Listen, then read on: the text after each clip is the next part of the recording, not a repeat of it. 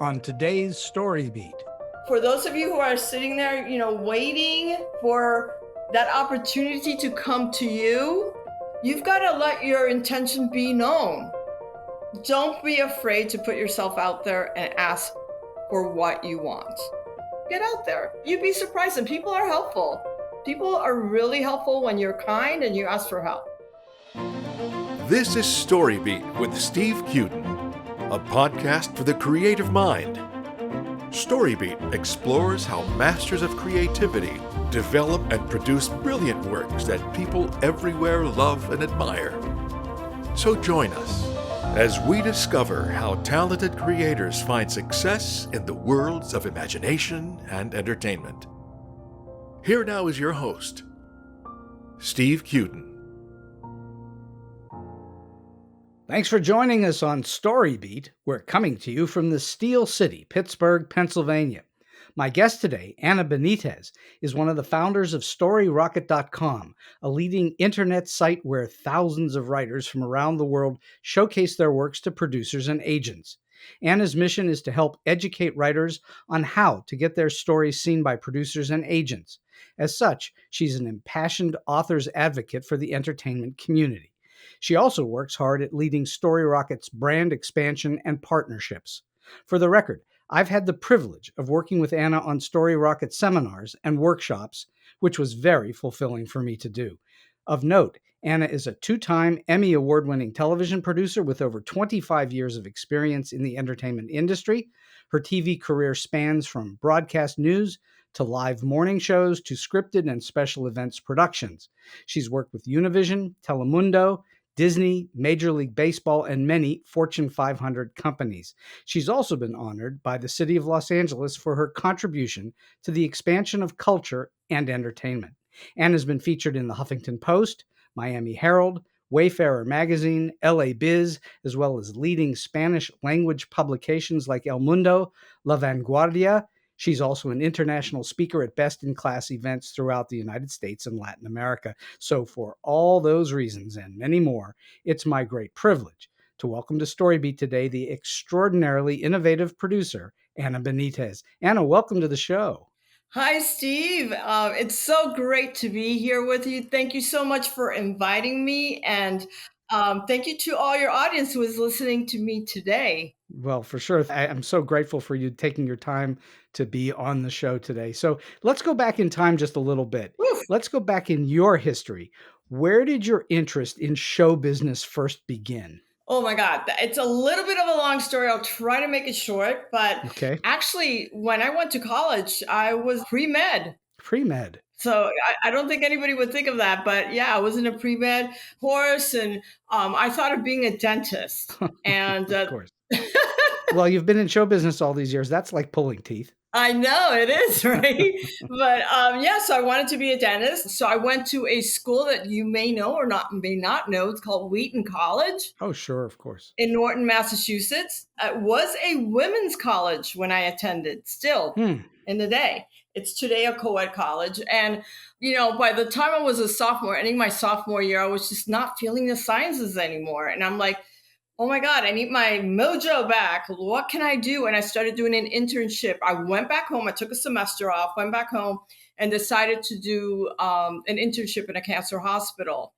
Well, as life takes you in different directions, I ended up interning in the public relations office and media office of the hospital.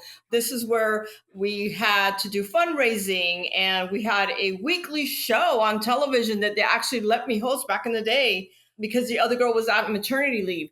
So it was like, I didn't know this world. It was just kind of like a big eye opener for me. Oh my God, they pay you to do this? They pay you to have fun? That was my thought. So I went home that day, and I remember telling my parents, they cried, that I was no longer interested in going to medical school or dental school, that I was going to pursue television. So they thought your life was over, didn't they? Oh my God. My parents, I don't know if you know that my parents were immigrants from Cuba. Right. And so, of course, their dream was always to have a doctor in the family, so It was like, what do you mean? So their dreams are shattered. This girl's wasting her life. So I left Wheaton College, actually, ended up in Miami. First started at and then went to FIU, finished at FIU, Florida International University, Right. with a degree in communications. At that time, it was all set like public relations or television. It's kind of like the two tracks that you could take, but you still had to take classes in both. What drew you to public relations? I thought this is something that every corporate headquarter needed, like a PR department. So I thought it had a lot of flexibility. I actually became president of the PRSSA, which is the Public Relations Student Society of America. Wow. There's no coincidence in life. I always say that, when you put yourself out there. So I always tell people, like, don't be shy, show up, put yourself out there, right? So when I was president of the PRSSA, we would bring in speakers, right, to talk to our students. And I brought in this gentleman who was the head of the Miami Herald at that time. We did the event with him, and he congratulated me for a really great event. And he says, oh my God, you're so talented. There's people working right now that are not half as talented as you, and whatever. If you ever want to mentor, let me know. So I took him up. We went to lunch like a month later. I was close to graduating. That happened. So then after that, I went into PR for the United Way. Do you know what the United Way is? Of course, big charitable organization. Right. It's an umbrella. So I was so happy because I actually got a job in my field after graduating. And again, no coincidences. When I was at the United Way, we had a press conference, and Telemundo had sent not a reporter and a photographer, but only the videographer to our press conference. And I thought, oh my God, they're missing out. They're not going to put any interviews on the air, and that's not good for us. I was a rookie. I didn't know. I was just going with my instincts. And so I told the photographer, if I get you an interview in Spanish with one of our guests, would you be able to run it? He goes, yeah, I think we would, but you need to talk to our assignment editor, and that's going to come back later on. So I said, okay, let me talk to her. So I told her, hey, I'm going to interview someone for you. I'm not going to be on camera, but I'm going to get you the SOT, right? The sound on tape, right, for you to run later. Right. And she thanked me for it. They ran it. So that was a, checkbox. A month later, she calls me, Anna, I have an opening at the news station. Would you like to come in for that, an interview for that? That's because they didn't see you at that point as a public relations person. They saw you as someone who produced something. Exactly. And it was, I just did it out of being me. You know me. I'm just like off the cuff. If I see an opportunity, something that could be helpful to someone too, that's something I think it's big in my life. I'm always seeing, how can I help people get better, or how can I help a situation? And with that in mind, I was thinking, let me help this. It helps the United Way, and it helps them, right? It's a win-win. So I said, okay, let me just go ahead and do it. So I want to talk about producing for a moment, and you're right on it. This is something that's important, isn't it? That you're able to connect people and events and things and see that bigger picture. Yes? Yes, absolutely. You have to have a vision, and you have to be quick on your toes. Like, yes, as we go into my career and we talk about production, my big productions were live events. There's no taping and going back. Yeah, right. There's no second take. No. And you have to be so ready, because you have to envision that something will go wrong, and where's your plan B and C? Because it will happen. Is that how you think as a producer, that you need a backup plan and a backup plan to the backup plan? Absolutely. Yeah. And not only do I think that way, I plan it ahead of time, and I make my on-air talent practice that. Hey, in case of this is what's going to happen. Let's go. Let's practice. Right. So I think you have to be on your toes, especially with live events, with live shows. You had no formal training in any of this, did you? No, I mean, besides my degree, but, as everyone, there's a big difference between having a degree and actually going and doing something. Of course. I think this is where passion takes over as well. Well, that I can say with firsthand knowledge that you are a passionate person, that you get all involved in it. That's for sure. Listen, if I say yes to something, I am 100% in. I think you're selling yourself short. You're more like 140% in. Well, you know me by now, so I'll take that as good. I'll take that as a yes. I would much rather have your 140% than someone else's 65%. That is for sure. Well, thank you so much. Thank you. So yeah, it was just a lucky strike with this lady, and she was only there for another 6 months. She let Wow. me ghost her, and she got this amazing opportunity with the Department of Transportation, the DOT, and she left. And the only person that knew her job was me. So here I am in my early 20s as a head assignment editor in a news station. Wow. Luck had a big part in this then. Yeah, I think you can do everything right, right? Mhm. And there's this lady luck. I don't know how to call it, if it's being in the right place at the right time, which I obviously was. But I also kind of built myself in there. So the job that I had gotten, she told me at the beginning, is like, and I'm interviewing you, but really you're going to be the assistant to the executive producer for news. But get this, the executive producer for news was in Spain. Really? This was an international operation. And the guy never came in. So it was your place to run. Right. And not only that, I had the time to shadow her all the time, not knowing she was leaving. Again, it's just all coincidence. How early on in that process did you figure you were actually good at it? Did you know you were good at it? Really early on, because month one with her, I broke a really important story. Oh, And she told me, she's like, I can't believe you did that. And how did you do that? And again, it's just instinct again, just moving, calling people, not being shy, asking for information. So back in the day, I know your program is called StoryBeat, but back in the day, before all the things that we have now and apps and everything, you actually had to do a beat. You actually had to call every station, every police station of every city nearby, of every county, to see if there's something important going on. That's part of the beat. And you just got to stay on top of it. And all of a sudden, and we're hearing the radios too. You're listening to the radio to see what's going on in the police stations and stuff like that. All of a sudden, I hear silence. ooh. Like everybody came off that signal, and I was like, something's going on here. That doesn't sound right.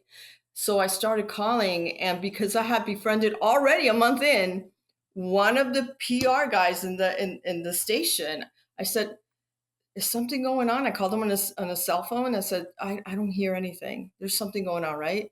And he goes, "Yeah, there's been a big shooting. There's been a big this. There's been a bit." And I was like, "We need to break the news." And so we sent the crew there. So for those of you who are outside of news, an assignment editor decides what news get covered and also who gets to cover it. So what reporter and stuff. So anyway, I got thrown into this world of news, which I loved, and I was crazy about it. I would watch newscasts day and night. And then I got an opportunity. Again, I got picked up by someone who says, I want to take you into programming. Programming. Yeah, the programming side. So no longer was the news side. Now it's shows. It's scripted material. Scripted material, live shows. And I started doing magazine style shows. And I didn't tell you something. So remember that gentleman that I brought in college to speak to us from the Miami Herald? Yes. All of a sudden, I get a call from the competitor, which was Univision at that time. And he says, I want to hire you off Telemundo. You're eating our shirt. You're getting all of... you're getting all these things. And I said, I'll go for an interview on my day off. I only had one day off in the month. So I went there. I go in there and I bump into who? The same gentleman from the Miami Herald. And he was above the lady that was going to interview me. He tells the lady she's hired. Wow. It's just things like that happen, but I think you plant the seeds, right? So one of the other things I certainly know about you is you're very shy and you don't put yourself out at all. Just the opposite, right? You're very good at meeting people and talking to people and pulling from them something, whatever it is you're trying to pull from them. That's got to be a part of what your process is in terms of getting things to happen, is that you're good at getting people to open up to you a little bit. You're very open and warm and friendly. Is that an important part of it? Yes, it is. And I'll tell you what, as you go into production and you're working in teams, I have one really a great friend of mine, an agent in Hollywood, who he calls it the hang factor. The hang factor. Okay. Yeah. And he says, sometimes when I hire writers for a team, they might not be the best writer in the group, but they have that hang factor. It's a factor that everyone gets along with them. They can break the ice when things are tough. They make everybody laugh. They make people feel comfortable. Today, I think they call it a soft skill. A hard skill might be like, hey, I know how to edit, or I know how to do this, technical stuff. But these are soft skills that I think come in really important. And we all have some sort of a soft skill that we can use. I'm really great, I think, at seeing people with their highest potential and seeing something in them that they might not even see themselves, and pulling that out. Because as my career progressed, and I just told you, I started with news magazine shows, and then I progressed, and I ended up in the highest category of shows that you could do for a network, which is a special events.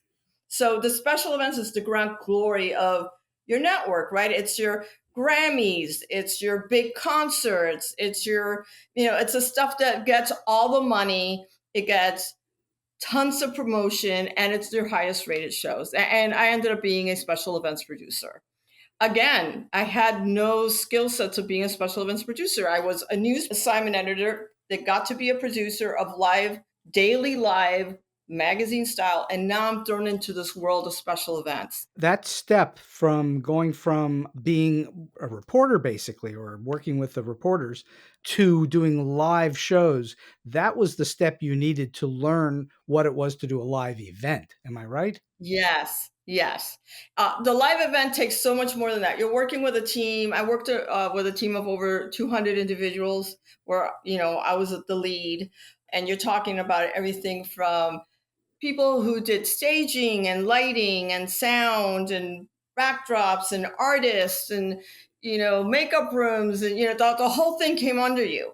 I think they call me Grace Under Fire, because when you're live, when stuff starts going wrong, because it will, right? It definitely will go wrong. There's no doubt. I had a boss that would just start screaming her head off, and she would actually be escorted outside of the control room because, they're trying to pull it together, right? The director and and then I was just Grace Under Fire, because I thought of A, B, and C. I already had a plan. You're very cool under pressure. Yes. What is your technique for that? Do you have a way that you deal with pressure that you think about, or is it just naturally you? I think a lot of it is just my personality, that I think you can always get it out of something, right? If something is wrong, there's always a way to get out of it. And especially if you pre-plan for it, like you're like, okay, what if this goes bad? What if this goes bad? Like you right now, Steve, what if our connection goes bad? What do we do? So you're asking an actual question, although I don't need to answer the technical. I've had it happen on this show. It's very hard for the listeners to know this if they're regular listeners, because we then do this thing called editing in post-production, and you don't hear the problem. But generally speaking, we either sit and wait for the problem to either self-correct, which it frequently does, or sometimes people have to leave the show and come back in. But this all gets lost in the editing process, and the audience never hears it because this show doesn't go out live. If it went out live, we'd have a whole different problem. Then I'd have to talk to the audience while whatever was going on was happening. But fortunately, I don't have to do that because we have this wonderful little magic thing called editing. Editing, it's beautiful. It's a beautiful thing, but there's also beauty in live because there's no retakes. Well, I think the great thing about live, I mean, when you're recording something like this interview, we're live when we're recording it, but you have the ability to manipulate things later, as you are in most TV shows. But like you say, in a live event, what's beautiful is when you're going out live, the energy is very different. There's a very high energy. Oh my God, the energy is amazing. It's amazing. So I had a great network career. It was actually during my years of special events that I was nominated for 4 Emmys, and I was lucky enough to get 2. So that's not bad. 50% of my nominations were wins. That's 2 more than I have. So, and this is the thing, right? One of them One of my Emmys, I don't know if some of your audience might remember a singer called Selena Oh, sure. from Texas. She was assassinated. And I actually did her special. I produced her special in the Astrodome, in Oh, the Houston wow. Astrodome, that broke all records of attendance. And this was, unfortunately, because she was such a beautiful soul, it was her last show. Mm. And I didn't know that, and that fell in my hands. So that was one of my Emmys for that show. I think it's important in whatever craft you take, whether it's, you're a storyteller and you're writing books, or you're a producer and you're putting things in motion, right? You're putting everything together to create that magic on a screen. I just think it's really important that you give it all you have and that you think outside of the box, because a lot of people want to emulate. Oh, I want to do it like this person or like that person. And I say, what can you bring different to the table? Because that's really what's going to set you apart. For me, when I started doing special events, the audio was already mixed, right? So as you're recording, my audio guy would take all the audio and mix it. And so when you went back to edit in the edit room, you already had your audio and your video together, and you just edited your show. Well, I decided that I wanted to create like more of a live feeling to my shows, to my special events. I didn't like that mixed. Did it feel artificial to you? No, I just wanted to have the emotion that was in the room. Sometimes it doesn't transmit, Right. through the airwaves. So I started putting microphones in the audience. All my audio was not mixed. It was 18 channels, 20 channels. And everybody said, "You're crazy. It's so much work to mix it at the end. Just mix it and just go with it." And I'm like, no, I want that feeling. And I think that was one of my trademarks, that my shows were really, you felt like you were there. As you edited your video, you saw the emotions of the audience. You were able to bring up the applause or the screaming, or the elation of the audience, and you were able also to mix the music really wonderfully. So I think, whatever you do, just make sure that you're so passionate about it that you want to do something better, you want to improve it Well, when that energy comes through, whether it's in a production or in a book or a movie or whatever, when the energy comes through, in anything. that's absolutely I think the thing that makes it what becomes great is that energy. Yeah, so I mean, through all those years of special events, I worked with Disney, and we did all the Disney parades for television, and the Disney Easter parade, the Disney Christmas parade. So talk about Disney for a moment. What was it like to work for Disney? I was not hired by Disney, I was hired by the networks.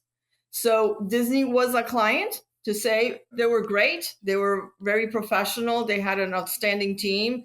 They made my work a lot easier, even though it was grueling hours to do what we did. But I think it was a fantastic team. So it was great. I mean, I don't know if I've been so lucky that everywhere I went, I just found really great people and really great teams, or if I was just part of that energy that created that momentum. I was curious because I've had the good fortune, mostly good fortune over time, to have worked for Disney several different times in different capacities, and it's always professional. It's always top notch. Yes. That's what I have found. Yes, I have to agree. There's no amateurs there at all. They really know what they're doing. Yeah.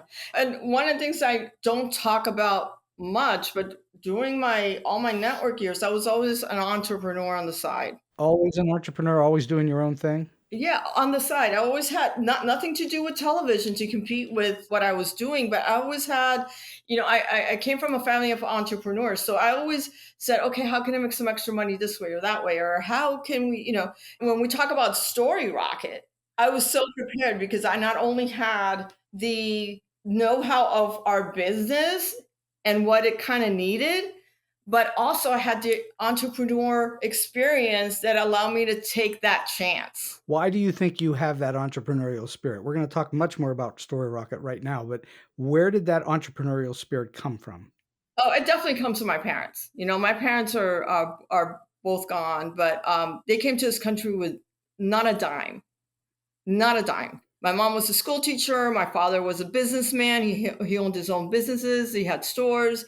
Started with zero. Started working at factories. Really tough jobs. My mom going into picking tomatoes. I mean, it's just brutal starts, like a lot of immigrants, and then they worked their way up. And I mean, God bless them. By the time they died, they have built a really great business environment in Puerto Rico. They built up their stores. They, even till today, those stores still exist. And a lot of the employees have been with us for over 40 years. That's something. That's special. That is something. Yeah. And that is something. And I think that is something that I learned from my parents. I think one of the lessons I take from my father, he always says, the client is always right. Mm-hmm. That's a very good old-fashioned way to look at it. Old-fashioned, but it's so true. And it's true today, even on StoryRocket, even though StoryRocket is a SaaS system, a SaaS business, if you would. For those that don't know, what's a SaaS business? Software as a service. Software as a service. We're that kind of a company.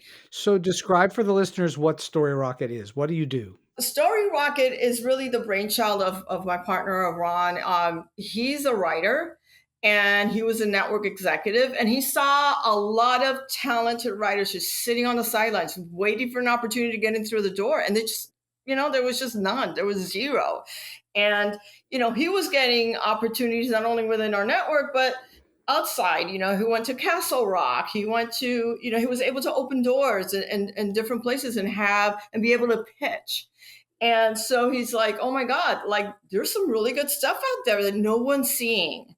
Me on the inside, I always had to hire the same writers because those were the same vetted writers that were vetted by agents and had come in through the door, and of course, nothing new, they were good, they were great, but there was no new fresh voices. And he says, why don't we do something different, And this is how StoryRocket kind of was born, through that idea of helping the unknown writers get through the door. And so we were looking like, how do we do a win-win? Because if I put producers in there and, they're just getting bombarded, right, with people like, look at me, pitch me, it's not going to work either, right? Because producers still need to protect themselves, especially if they already have something in the pipeline that's similar. They don't want to get sued by someone saying, hey, you stole my idea. Exactly. And so how do we do this? And how do we give self-published writers, for example, who really didn't have a voice at that time, how do we allow them to like play in this game of Hollywood, right? How can they even showcase their work? So this was a big experiment, and we spent a lot of money, and StoryRocket was born. And we didn't know if it was going to work or not. We just didn't know. It was a big gamble, but we didn't ask anybody for money. We bootstrapped it ourselves. And when I saw it, I said, I believe in this. I think there's a need for this. I think we can help producers and we can help writers. Did you beta test it in some way? Yes, we beta tested a lot. So for those of you who do not know StoryRocket.com, it is a global marketplace with thousands of writers from around the world that showcase their works to producers and agents by creating a pitch on our site. Mm-hmm. And we can go into pitching later and what a pitch entails on the inside, but basically that's the gist of that, right? So if you're a writer and you're hearing me and you're like, yes, I think my book deserves to be produced, then you can join us and create your pitch, and your pitch goes into a database. We have over 350 producers and agents on our site looking for content. I didn't know whether this was going to work or not. We started with 50 people and we did beta test it. We were lucky enough, our initial idea, and this is where you need, as an entrepreneur, you need to be nimble. Our initial idea was to bring it to people that were graduating from the university. You're talking about authors of books, not screenwriters. Or are you talking about screenwriters? No, we were talking about screenwriters at that time. Okay. Right. They're graduating. They don't know where to take the material. Let's beta test it. And, we were lucky enough to get into 4 different universities. We got into University of Miami, and they allowed me to go into their master's or MFA program and do 2 classes on StoryRocket and so forth, and pitching. And then I did something too with University of South Florida, University of Florida State. Oh, and then 2 schools in Massachusetts also as well. So we were able to test it like that. We quickly found out that no bona fide producer would go in there. Why do you think that is? With the stories, I think it takes a bit of maturity and experience to come up with really great stories. Well, that's a fact certain. Right. So when they're coming out of college, they might know exactly how to write, right? A screenplay, the formatting and all that. But the ideas just weren't great enough. They don't have the life experience under their belt to get into the heart of things. That's exactly it. So we pulled together a whole team of professionals, actually from all these universities, and said, okay, this is what's going on. I'll show you the pitches. And we said, well, if we come out with this, we're going to fail. So we had to pivot. And one of the things I've always liked was like indie writers. Then I said, why don't we go to the real writing community? Book authors. Yeah, book authors. Those are the people who really need our help. There's plenty of them out there. They want an opportunity. They can't get through the door. Why don't we do it this way? We test it again. And that's how Storyrocket launched with the professional book authors. Were you fascinated by writers and authors prior to Storyrocket? I am, and I still am. And I'm fascinated by creative people. Those are my favorite people in the world. They take nothing, right? Where does an idea come out of it? That sometimes it fascinates me, right? Especially when they do some crazy story. Like, how did you even think of this? What's going on in your head, right? Mm-hmm, for sure. So I love creative people, whether it be a writer or a musician. I think musicians are brilliant too. Yes. Clearly, you excel in connecting people in the realm of storytelling on both sides of the fence, whether it's the creative side or the business side. Yes. You're good at connecting these folks. What do you tell the people that are on Storyrocket who ask you about can they make their stories better or their pitch better? What do you advise people? Okay.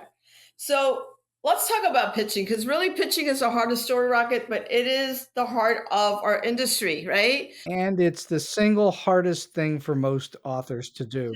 Exactly. So whether you're pitching for a first time or have been in this industry forever, you're still pitching.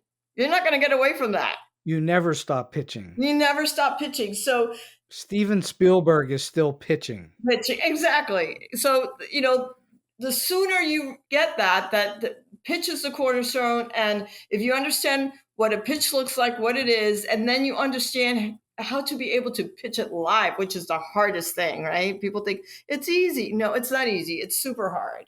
And frequently nerve-wracking to authors who tend to be loners. They spend a lot of their life alone in a room, Yeah. staring at a screen, and then they have to go talk to people, and sometimes that's really hard to do. It's so hard. It's really hard. We were one of the sponsors of the Awesome Film Festival, their pitch contest a few years ago. And I sat through so many pitches because it starts off with like hundreds of people coming to pitch, right? They get like a couple of minutes and you're out. And then that gets eliminated to like a smaller number and a smaller number. And finally, the top 10 have to pitch live to 3 Hollywood executives on stage at a venue, which is a loud bar, just full of people, either cheering or heckling. I mean, this is so hard. Talk about hard. It's hard. Yeah, it's very hard. Yeah, but the sooner you get over it, I think anybody can do it if they put their minds to it. And actually, some of the people, the guy who won that night, he was the shyest person. He wrote a story basically. I'll just give you kind of like a premise. It was like the 40-year-old virgin. Okay. And he looked like it. And he wrote it, and he acted like it, and he won. And I think is because one thing you can't fake is authenticity. That's for sure. You cannot fake that. And a lot of people say, "Oh, I want to be like such a person, or I want to be like such a person, or my book is no. Like, you want to be yourself. You might not be everybody's cup of tea. I know I'm not, and that's okay. But I am myself. I am true to myself. You can't be everybody's cup of tea. That's not possible. Exactly. You can't. And the sooner you realize you're not going to be everybody's cup of tea, but there is an audience out there for what you're doing, and believe in what you're doing and just be passionate about it. Interestingly enough, when you're a writer and you're trying to sell your work, you don't need everybody to like your work at that point. You just need one person to like your work. That's it. One champion. But then eventually you need a lot of people to like your work, but not in the beginning. Yeah. And I think if people realize that, they'd be less critical, because if they realize they just need to be themselves Hmm. and not try to imitate someone else, say, oh, Steve Cuden is so cool. I want to, I'm going to pitch like Steve Cuden. No, Steve Cuden is Steve Cuden. He's amazing because he is Steve Cuden. Well, there are days when I'm not so sure, but that's another story. Yeah, we all have those days, Steve. Well, I know we do. What are the things that you find most surprising in the way that authors write and approach their work, to the positive and the negative? What are the things that surprise you that are good and bad? Well, on the bad side is they're so rigid about what they've written Hmm. that it's almost going to be impossible to give it to someone else to create a screenplay out of it, because they're so.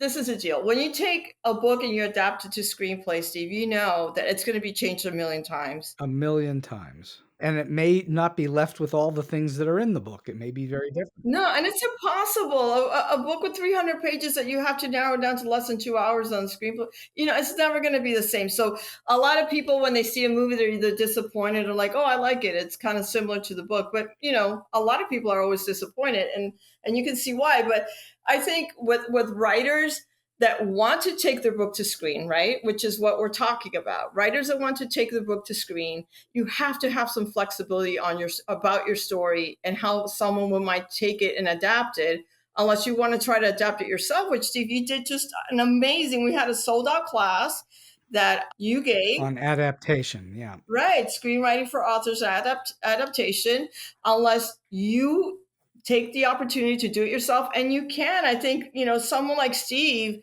who gave this brilliant class, and I mean, people only had amazing things to say about the class afterwards. I always survey to see if we want to bring the class back, to see if people like it, to see if we can improve it.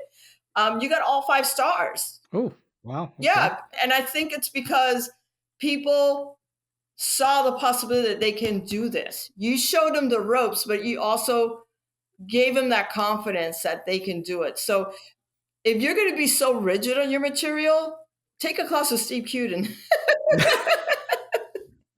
Try to screenwrite yourself. Suddenly your interview has become my PR. That's right. That's one of the bad things that I see when people want to take their books to screen. The other thing is they don't want to get prepared for pitching. Well, because they're afraid of it. It's fear. Yeah, it's fear. And it's hard to figure out how to make that pitch because you've got a whole book. How do you turn that into, or a whole screenplay, whichever one, and how do you turn that into 30 seconds or a minute or even 5 minutes? How do you do that? And make it sound good. And that's hard. It's just hard stuff to do. So what do they do that's right? What's the stuff that you see all the time that's great? That's great is that they took a gamble on themselves. Mm. It takes guts to put yourself out there. Well, that's it. But you know what? You can't be an artist unless you're willing to show your art to other people. Otherwise, it's just you in a room. Right. You and your mom. You and your mom or your dad or whoever it is. Yeah, you have to be willing to put it out and let the criticism come your way. And that also is really hard. And then for someone who's, as you say earlier, rigid, that's even more difficult. That's really, and I think if people think, okay, I want to take my book to screen, the first thing they need to be is introspective a little bit and say, I need to come out of my shell. How do I do that?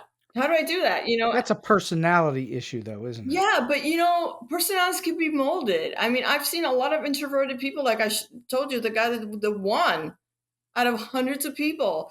And I talked to him afterwards. He was so painfully shy that it was just hard to even congratulate him. But on the stage, he was brilliant. He somehow overcame his own nerves and fear and did it. Yes, there's ways around it. I mean, some people think it's their altered ego on stage or when they're pitching. I don't know what it takes, internally to get there, but I know you can, because when I saw this man win, I just couldn't believe it. My jaw dropped. But he was brilliant on stage. Try talking to him outside of stage, and you know what? Robin Williams was shy, painfully shy. If you met him in an elevator and just talked to him one-on-one, he wouldn't look at you. He would look down. But if the elevator was full, he had an audience. All of a sudden, he's on. So that was the thing. He needed that audience. Yeah. And I think you find a way, shy people can find a way around that. Mhm. So you also on StoryRocket, you not only have lots of authors on your site, but you also do these various special events, and you're sort of constantly doing them. Yes, And is yes. that because you understand special events from your past? I think it's in my DNA at this point. Yes. So we have different things. So, normally people who have heard of Story Rocket, they think, okay, it's a pitch site. It's where I put up my pitch to see if I can get discovered. That is correct, but it's just a little part of the equation because I think specifically authors, they need to learn of our industry and they're so behind, right? Mhm. So if you're a screenwriter, you're more connected to the entertainment industry because you understand the industry a little bit more, or maybe you've worked in the industry or its peripheries. But authors are so far removed that we understood in our early days that we needed to help them come up to speed. And so I came up with the idea of Story Rocket Live. So Story Rocket Live is a free event. We bring in amazing people from our industry. You were in our Story Rocket Live featured. Yes, I was. Yeah, it's a free event. It's open to our community, but it's also open to any writer that wants to come in. And it's basically how we pay it forward. It's part of our mission to help out. I mean, we're here to help. And so they hear from people like you. They've heard of like entertainment attorneys and intellectual property attorneys. They've heard from NBC executives. We have Mike Sager coming up shortly. I mean, so we've had so many luminaries from our industry just come in and take questions live or take a theme up so that they understand and they feel a little bit more connected. That's Story Rocket Live. And then on the educational side, we offer a few courses throughout the year, which is one of the courses is the one that you did on adaptation. Mhm. I'm just curious, you have this background also in public relations and marketing, and I know that you work very hard at that part of the business as well. Yes. So let's take the listeners a little bit through what you do or need to do in order to market an event or market the site in general. What do you do to market? How do you make it happen?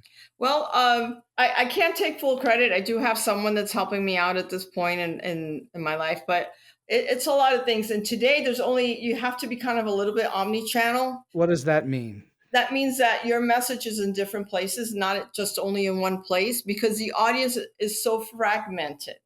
So it's not like I could just turn in a channel that says, oh, this is the author channel. This is where all the authors are. Let me just put an ad there. That would be really easy. Sure. But, authors come in a myriad of different genres and tastes and likes and ages and genders. And, you want to reach as many of them as possible. So, we try to put our message through a lot of different social media.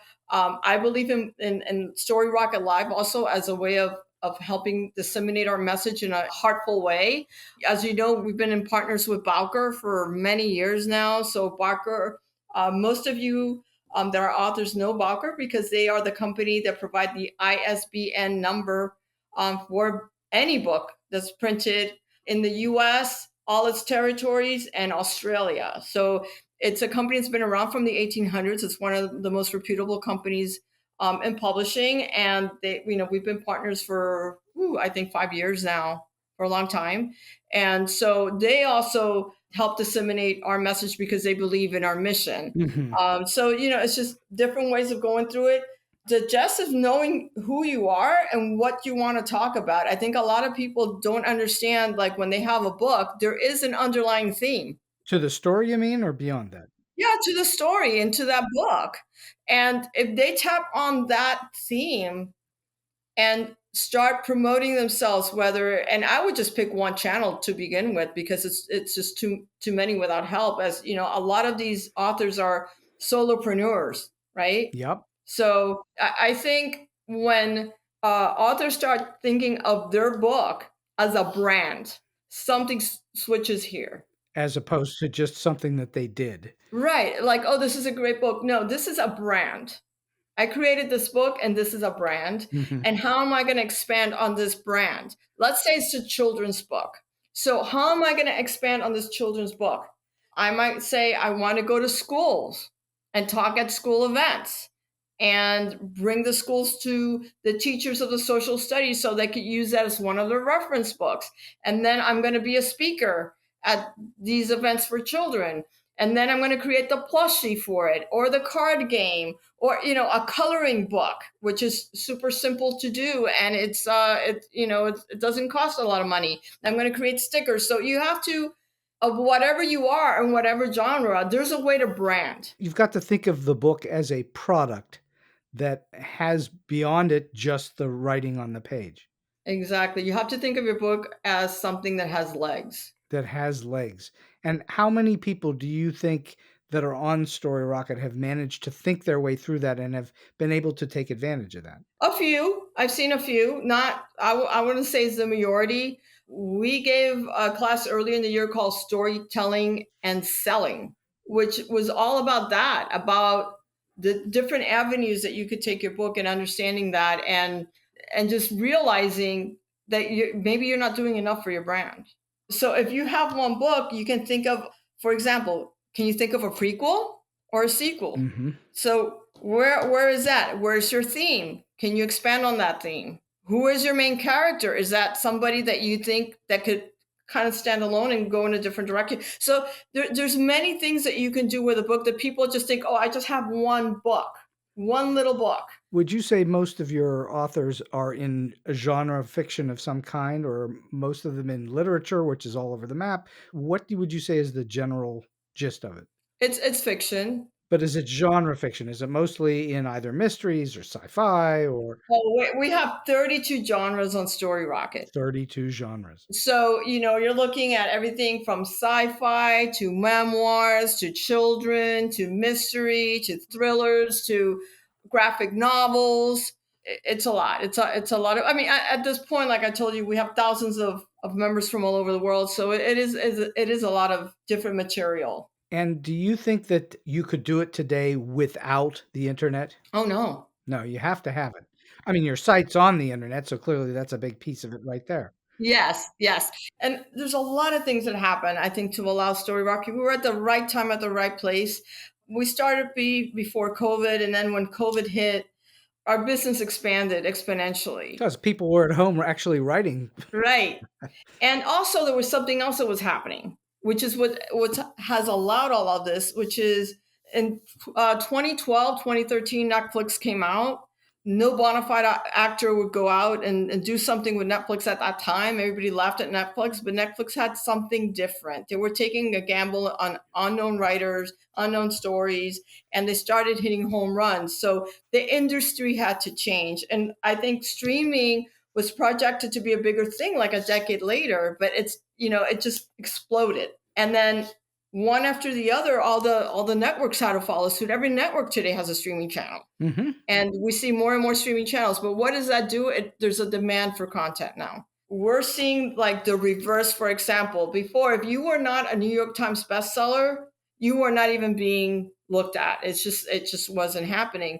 But let's take a look at The Queen's Gambit. The Queen's Gambit was written in 1983. It had absolutely not a following. It did not have social media. It did not have anything. It was just a great story. Oh, and in the most exciting, action-packed thing in the world, chess. Yeah, I'm telling you, it's just, you can't imagine making a movie out of chess or a TV show out of chess. It's a series. Yeah, it's a series. And it's wonderful. If you haven't seen it or anyone hasn't seen it, I really recommend it. But the thing is, it's wonderful. It's great. Netflix took over. And they said, we like this. We're going to produce it, right? It wasn't a New York Times bestseller, but by less than a month later, it became the #1 bestseller. Oh, yeah. Huge. And then the same thing happened with the Bridgerton series? Bridgerton. Thank you. The same thing happened. It wasn't on the map. It wasn't a New York Times bestseller. But when The King and I came out, it became a bestseller within 3 weeks. And all 5 books of the series became bestsellers. So we're seeing the opposite. I do think one of the books that really helped to change the thinking in Hollywood was The Martian. The Martian. Which was a self-published book. Self-published. And suddenly became this massive movie with big movie stars in it. Yeah, it was a blockbuster movie. Absolutely. With Matt Damon. Jessica Chastain. Yeah. Yeah, that's one of the things I talk about. 50 Shades of Grey, The Girl on a Train. These were all self-published books. Some of them like 50 Shades of Grey, after being self-published for a while, got picked up by a traditional publisher. But still, they all started as self-published that made it to screen. I've seen a lot of surprises on StoryRocket. I've seen someone get picked up. Producer picks this lady up. She's not a young lady. She had an interesting story, but it didn't really do anything for me much. But it got picked up, and now she's got representation in Hollywood. Her career takes off. And she told me I was about to give up. When this opportunity came knocking on her door, she goes, I was about to give up. That happens more often than you know, where somebody's at the end of their road and then something happens and suddenly off to the races they go. That does happen. Yeah. So, one of my big things is never give up. Never give up. I think that that's a very good thing as long as you're not hurting yourself. Yeah. I mean, if you're writing books, I don't think you're hurting yourself. But that's true. A lot of people give up on their dream, and maybe success is in the next corner, and you got yourself out of the game. So I say, really never give up. I mean, you just got to stay on it. It's hard. It's a hard game. You know it. You've been in Hollywood. We've been in this entertainment industry for a long, long time. So long time. Yeah. And we've seen crazy things, and we've seen things get produced that really were like, why did they produce this? It's horrible.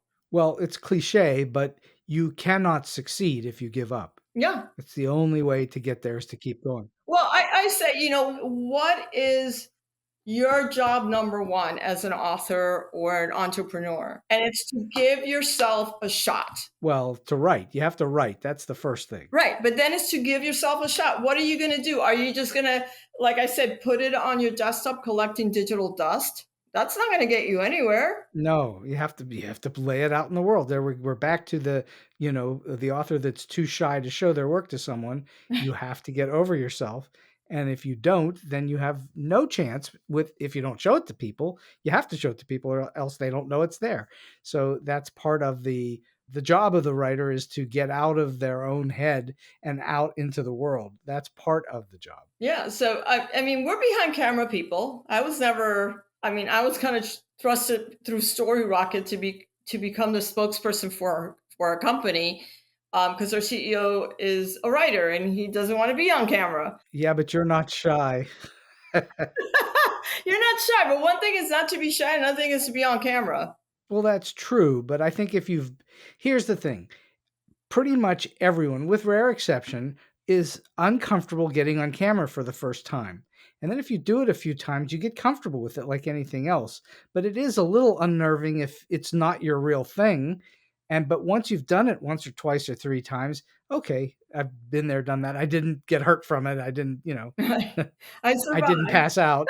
Then you're okay. You can just keep going. And the more that you do it, the better you get at it. I think that's true for anything, basically. Yeah. I mean, people think that you're Teflon or something. Like, I still get butterflies. I mean, I've spoken in big stages at South by Southwest, at the Austin Film Festival, at the International Book Fair in Spain and Barcelona and different places. I still get butterflies. Oh, I think if you don't get butterflies, there might be a problem there. Yeah. The butterflies are actually your friend, because it means that you're thinking about what you're doing, that you really care about what you're doing, that you're bringing energy to it so that you make yourself look as good as possible.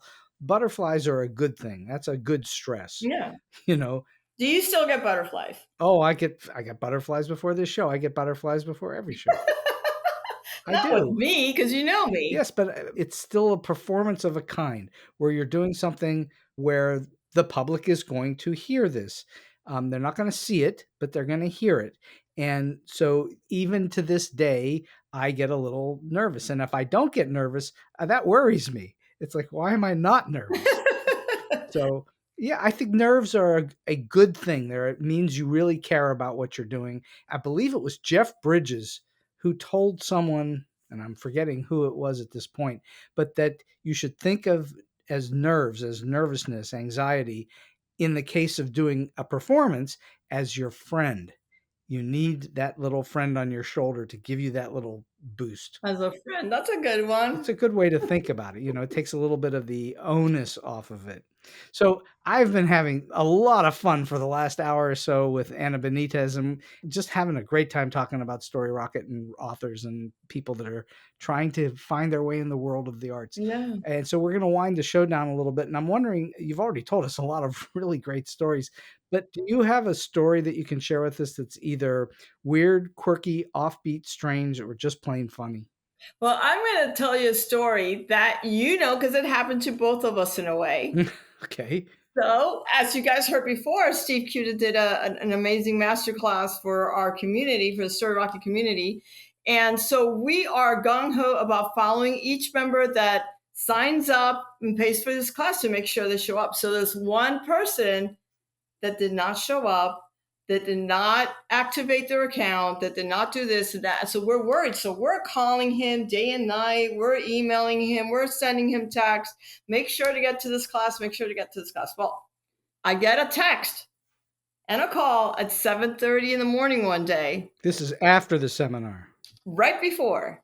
So we already knew he wasn't coming. Right before. Okay. And he says, I'm so-and-so.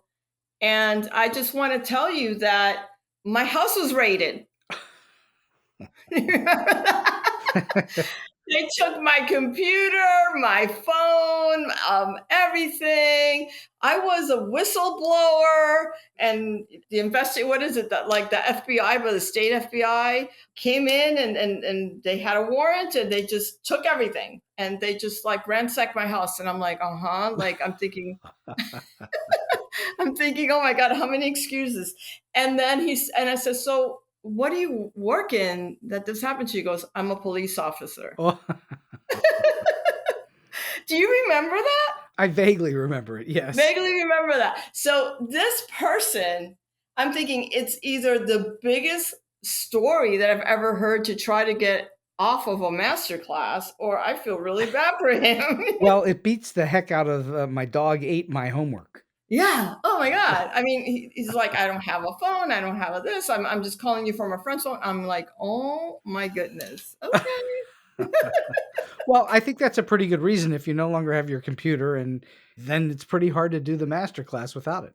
Oh, it was very hard. It was very hard. So what we did, because we're good people, we comped them for the next one, right? So Well, that was good of you. That was very nice of you. yeah, that was nice of us. All right, so last question for you today, Anna. You've given us huge amounts of advice throughout this whole show, but I'm wondering if there's a solid piece of advice that you like to give to those who are starting out, either as authors or in TV producing or whatever, that you like to tell them, or maybe somebody's in a little bit trying to get to that next level. You know, don't be afraid to put yourself out there and ask for what you want. And I'm going to tell you a story. So in the network, there was this associate producer who was really great. He was really great. And he was definitely could do the job of an executive producer, but he never asked for that job. So what happened? Somebody else got that job. Somebody else got it. Not as good as him.